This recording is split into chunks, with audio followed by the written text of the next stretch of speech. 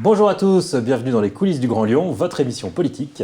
J'ai le plaisir d'accueillir un des visages de la Startup Nation, voulu par Emmanuel Macron. En tout cas, c'est son représentant, le représentant LREM aux prochaines régionales. C'est le député de Villeurbanne, ancien patron d'Atari, Bruno Bonnell. Bonjour. Bonjour. Et bienvenue. Alors, le sujet du jour, c'est les régionales. Vous êtes lancé dans une aventure, dans un contexte assez difficile pour la majorité présidentielle. Finalement, aujourd'hui, on vous promet la 3e place derrière Laurent Wauquiez, qui est le grand favori, et le RN d'Andrea Cotterrac. Finalement, la 3e place serait déjà une belle victoire, non ? On ne se contente pas d'une 3e place quand on veut la victoire, mais ceci dit, je crois que je veux juste vous corriger sur un point. On voit bien que cette sortie progressive de cette crise sanitaire, le gouvernement a tenu la barre. Et moi, en tout cas, sur les marchés, quand je rencontre des gens, on nous dit heureusement qu'il y avait un président qui a choisi le quoi qu'il en coûte et qui a choisi de protéger les restaurateurs, les entreprises. Et moi, je crois qu'on est plutôt sur une bonne relance et c'est là-dessus qu'on veut justement dynamiser cette relance dans la région. Alors, le contexte, peut-être, ça peut s'améliorer pour vous politiquement, mais vous apparaissez assez isolé. Et on se dit que pour battre Laurent Wauquiez, il faudrait une majorité comme était celle de Jean-Jacques Carane à l'époque, c'est-à-dire avec toute la gauche et les centristes.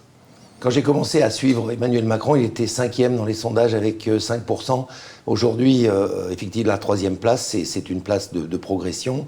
Encore une fois, le match n'est pas joué, c'est projet contre projet. Il faut rétablir quelques vérités. L'inefficacité de ce qu'a fait Laurent Wauquiez ne doit pas être masquée par les coups de menton et de communication permanents, dont certains d'ailleurs sont très limites. Les brigades de sécurité régionale qui rentreraient dans les lycées pour protéger nos petits bambins.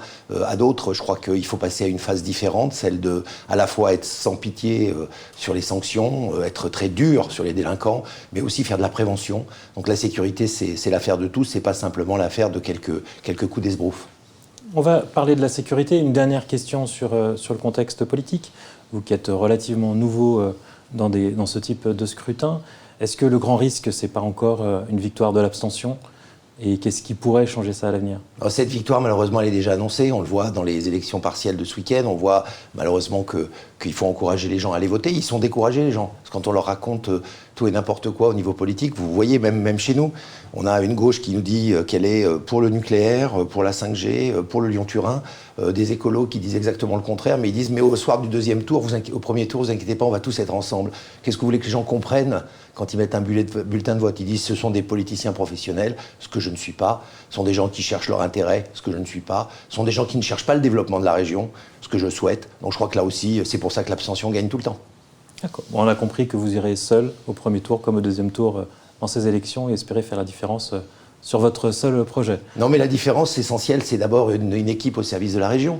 C'est arrêtons de faire de la politique, faisons du vrai, parce que la région, c'est le quotidien des gens, c'est le transport, c'est la sécurité, c'est la formation qui a été tellement négligée, c'est l'emploi, c'est le développement économique. Donc c'est la réalité du terrain, c'est pas de la politique. Alors parlons de sécurité et de civisme, puisque c'est les premiers sujets que vous avez abordés.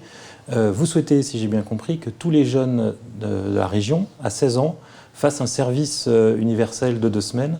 Et vous pensez que c'est la réponse au problème d'insécurité ? Non, c'est pas la réponse, mais c'est une partie de la réponse. Le service national universel de 3 mois, pas de 2 semaines, pour tous les jeunes de 16 ans, à savoir qu'ils vivent ensemble, qu'ils réapprennent du code de civisme, qu'on les oriente vers des métiers d'avenir, qu'on arrête de les laisser dans leur coin. Et quand on change la tête, eh bien on change progressivement les mentalités.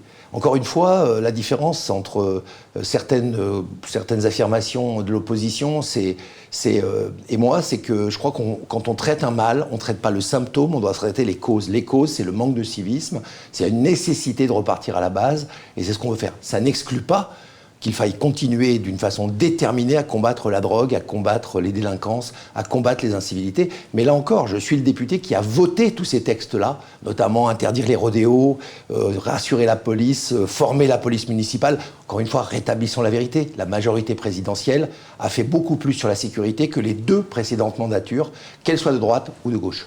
Alors juste pour préciser ce projet-là, le projet de gouvernement, c'est 2 semaines obligatoires, 3 mois facultatifs. Vous souhaitez que tous les jeunes de la région fassent 3 mois ? En tout cas, c'est le projet que je soutiendrai, parce qu'il faut le décider ensemble avec le Conseil régional. Concrètement, ça se passerait comment ? Qu'est-ce qu'ils devraient faire, ces jeunes ? Eh bien, il y aurait une partie comme aujourd'hui où ils vivraient ensemble et une partie dans laquelle il y aurait un suivi pendant plusieurs mois sur comment réapprendre à vivre ensemble, à apprendre des règles de civisme, leur donner des directions sur l'orientation, finalement réapprendre quelque chose qu'on a un peu oublié en politique, c'est à vivre ensemble et d'une façon beaucoup plus harmonieuse que les uns contre les autres. Je suis justement pas pour qu'on retourne qu'on soit en face à face, comme on l'est trop souvent en politique, mais qu'au contraire, on réapprenne à vivre côte à côte, pour citer quelqu'un qu'on connaît bien dans la région. Bon, vous visez les jeunes de 16 ans parce qu'ils ne votent pas, au moins il n'y a pas de risque. Non, je vise les jeunes de 16 ans parce que c'est à ce moment-là, c'est à ce moment critique de l'âge. D'abord, j'ai la responsabilité en tant que président de région des lycées. Donc ça veut dire que c'est à ce moment critique de l'âge où on doit leur donner les bonnes directions, on doit les aider à faire les bons choix. Et justement, 80% des délinquances qu'on voit aujourd'hui, c'est justement parce qu'on ne leur propose pas ces solutions. Formation, je rebondis sur le fait que vous ayez dit qu'on était en retard. Vous avez trouvé que la région était plutôt bien gérée. Alors qu'est-ce que Wauquiez n'a pas fait qu'il aurait dû Vous faire ? savez, gérer, c'est facile. Moi, chef d'entreprise, j'ai géré pendant 40 ans des boîtes. Et ça, c'est facile. C'est la partie facile. Il y a des professionnels pour ça. Ça s'appelle l'administration. Développer, c'est très compliqué. Donner un élan, c'est très compliqué. Donner une énergie, c'est très compliqué. Moi, je constate simplement que tant sur le plan économique, sur le plan de la sécurité ou sur le plan de la formation, on a plutôt été en dérive malgré une bonne administration par rapport à d'autres territoires qui, eux, ont explosé. Il est inadmissible qu'on soit une des régions européennes qui ont aussi peu de croissance avec tous les talents que nous avons eus. Donc là, il faut donner de la dynamique à cette région. Si on essaie d'être concret sur les formations, ce que dit Laurent Wauquiez, c'est qu'il a supprimé les stages qu'il appelle les stages garage, qui amenaient nulle part, pour développer l'apprentissage et les filières dans lesquelles il y avait de l'emploi. Non, c'est le gouvernement qui a développé l'apprentissage. Il faut remettre quand même l'église au milieu du village. Et les stages garage, parlez-en aux gens aux gamins qui n'ont plus de job, qui n'ont plus de la solution de découvrir. Vous savez, n'importe quel apprentissage est bon. Il faut arrêter de traiter ces stages comme étant négligeables dans la formation des enfants. Encore une fois, je suis un père de famille de 6 enfants. J'aurais donné n'importe quoi pour que chacun de ces enfants fasse des stages garage afin qu'ils découvrent beaucoup de choses. Et je crois que c'est la situation de plusieurs de nos concitoyens. Aujourd'hui, ils veulent du concret. Ils en ont marre qu'on leur dise des prétextes et des excuses pour n'avoir pas fait les choses. Moi, je reprendrai l'entière responsabilité de la formation sur ce territoire.